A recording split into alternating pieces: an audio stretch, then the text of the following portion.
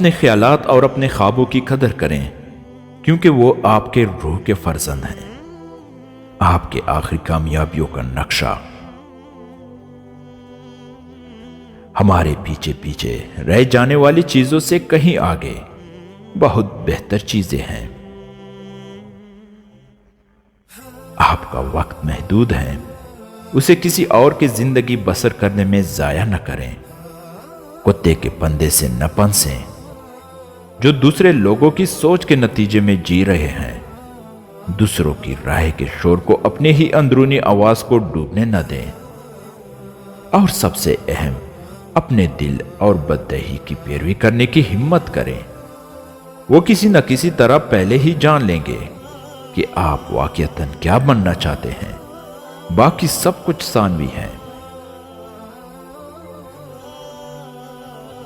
اپنی زندگی کی ذمہ داری قبول کریں، جان لو کہ یہ آپ ہی ہیں، جہاں آپ جانا چاہیں گے اور کوئی نہیں۔ آپ کی زندگی آپ کی کہانی ہے، اور آپ کے سامنے ایڈونچر آپ کے اپنے مقصد اور صلاحیت کو پورا کرنے کا سفر ہے۔ جیو جیسا کہ تم کو کل مر جانا ہے، اس طرح سیکھیں جیسا آپ ہمیشہ کے لیے زندہ رہیں۔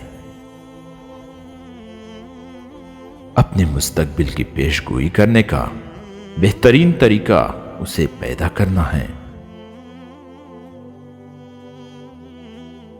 یہاں تک کہ اگر آپ صحیح راستے پر ہیں تو اگر آپ صرف وہاں بیٹھیں گے تو آپ بھاگ جائیں گے۔ ہمارے تمام خواب سچ ہو سکتے ہیں اگر ہمت کر کے ان کا پیچھا کریں۔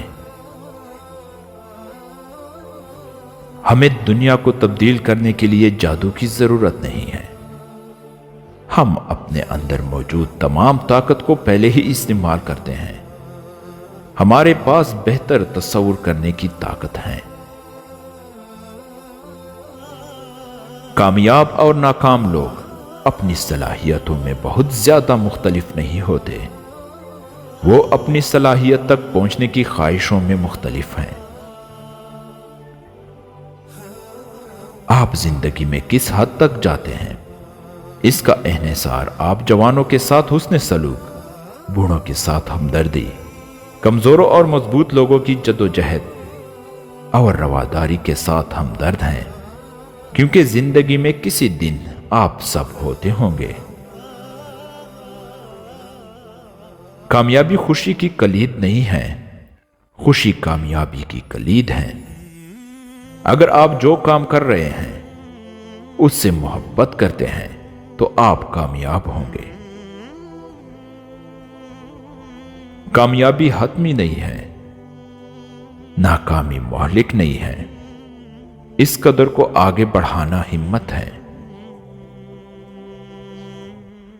ہر دن اپنی زندگی بسر کریں جیسے آپ پہاڑ پر چڑھتے ہوں گے۔